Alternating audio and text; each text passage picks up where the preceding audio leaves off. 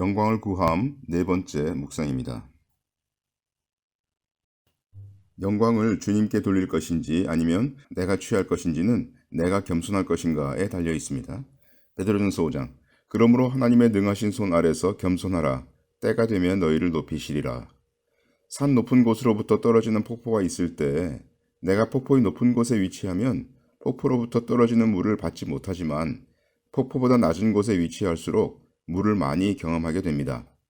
이와 같이 내가 겸손하면 하나님의 은혜 아래에서 그분의 능력을 덧입어 생활하게 되며 하나님으로부터 배우게 됩니다. 그러나 내가 교만하면 하나님의 능력을 체험하지 못하며 나의 힘으로 일하게 되어서 내 영광을 추구하는 삶을 살게 됩니다. 빌립보서 2장. 그리스도 예수께서는 사람의 모양으로 나타나셨음에 자기를 낮추시고 죽기까지 복종하셨으니 곧 십자가에 죽으심이라.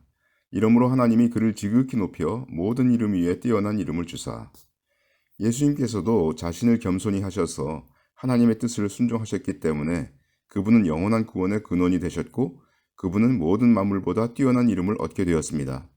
따라서 자신을 겸손히 하고 하나님과 주님을 순종하는 것은 그리스도인들이 마땅히 가져야 할 태도이며 걸어야 할 길입니다. 만약 어떤 이가 말하기를 우리 아무개는 하나님의 종이고 우리는 그저 들러리로서 그분을 돕는 것뿐이다 라고 한다면 그는 자신이 하나님의 종인 것을 모르는 것이죠. 자신이 하나님의 종인 것을 모른다면 어떻게 하나님께 순종할 수 있겠으며 어떻게 하나님께 영광을 돌릴 수가 있겠습니까? 예전에 어떤 종파교회에 속한 젊은이들을 만나서 우리가 그리스도의 종으로서 주님께서 사람들을 제자 삼으라고 하심을 순종하여 어떻게 사역을 하는지를 나눈 적이 있었는데 그들이 내게 말하기를 당신은 교만하다. 당신은 신학교를 나오지도 않았는데 어떻게 그런 사역을 할 수 있단 말인가? 라고 말한 적이 있습니다. 교만이란 것은 무엇입니까? 그것은 하나님의 말씀을 순종하지 않고 세상이 만들어준 것에 굴복하는 것입니다.